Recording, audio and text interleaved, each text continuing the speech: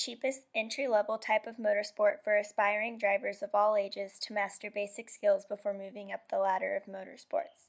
The late two-time Indianapolis 500 winner Dan Wheldon, among other professional drivers, started his racing career at the age of 4 in karts, and even after advancing into professional racing, his passion for karting never ceased.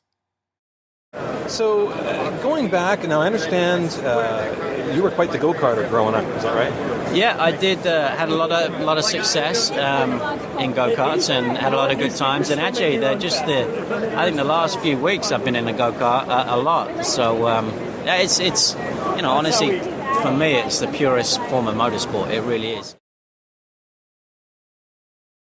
In 1956, the first kart, illustrated here, was created in California by Art Ingalls, a man who built Indy race cars for Curtiss Craft. He set up the first ever go-kart using scrap metal and a 2-stroke engine. It had 2.5 horsepower.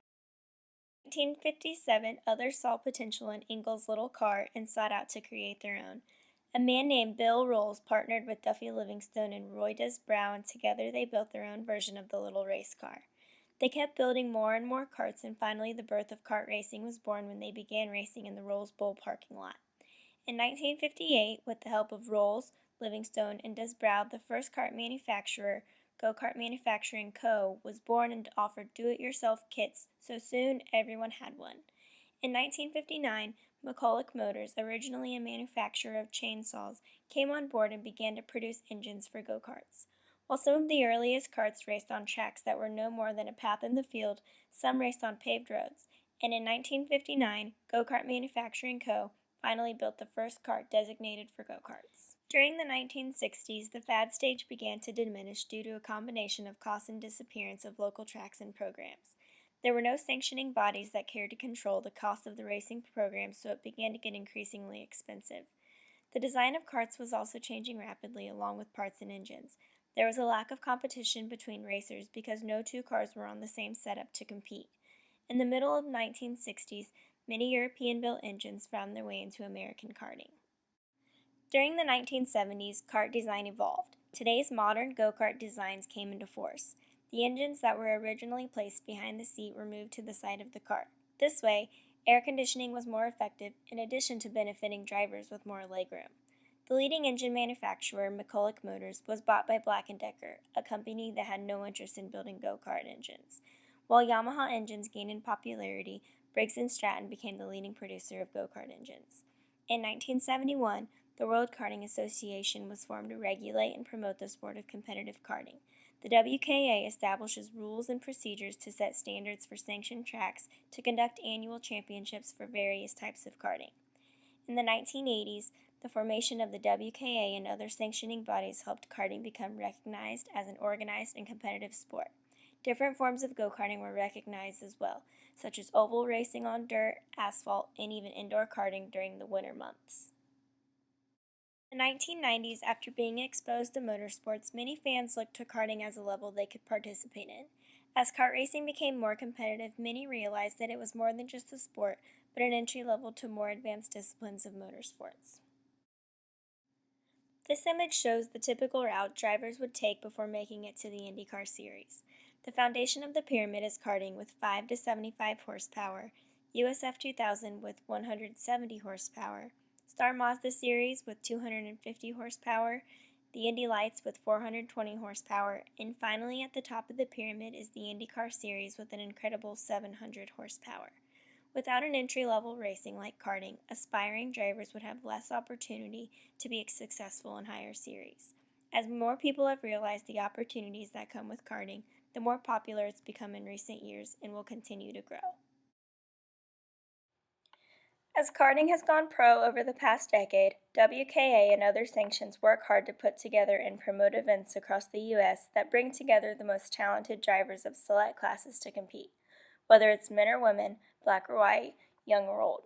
One of these events includes the RoboPong 200 that tests a team of drivers' endurance, ages 15 and up, in a 200-lap feature event around this 1-mile course using tag-powered karts. Like all karting events, WKA requires all karts to follow these regulations in order to compete in the RoboPong 200. The event is held at Newcastle Motorsports Park, just 45 minutes east of Indianapolis. In this year's event, competitors raced against a field of 49 teams in hopes of winning a $22,000 purse and to etch their names into the newly renamed Dan Weldon Cup trophy. Although Weldon was contracted to only participate in the IndyCar Series during the season, he was an avid kart racer during the off-season. He was a competitor at the RoboPong 200 since 2005, winning the event that year and always a fan favorite each year that he returned. This year, Mark Dismore, owner of NCMP and former driver, included a Yamaha Junior race and a Yamaha Junior Sportsman race as support races to the main event. The Yamaha classes, made up of ages 8 to 15, came from all over the U.S., making the competition steeper than ever. Yamaha classes also have regulations to abide by to be eligible. The purse for each Yamaha class was $5,000. These events are made possible with the help of sponsors. A few of the RoboPong sponsors include AIM, Micron, Honda, Motorama, Tony Stewart Racing, Mazda, and Bridgestone.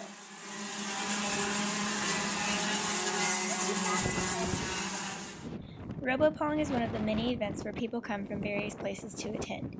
In videos from this year's event, you see parents of drivers, kids of drivers, older and younger siblings of drivers, and even people who come to watch American grassroots racing because they can't watch on TV at home. Watching these kids, teens, and adults race around a 17-turn track in about a minute and 5 seconds in a kart that has no suspension, is inches from the ground, and wearing no seatbelts is something you can't really enjoy from the TV screen. Watching in person looks dangerous, but it's a relatively safe sport. Usually, when there's a wreck, drivers walk away with a couple of bruises. Of course, sometimes bad accidents do happen, but in the past decade, death as a result of kart racing has been remarkably rare. The closest thing to a death in the karting family is Dan Weldon's, even though his accident happened in an Indy car. His passion for karting was an obvious one, and many who are involved with karting lost a friend, a teammate, and mostly a role model.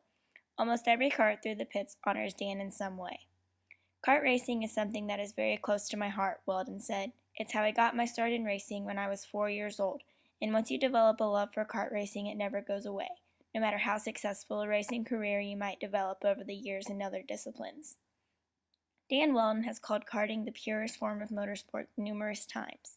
A driver who has won the Indy 500 not once but twice has reached the peak of success in open-wheel racing.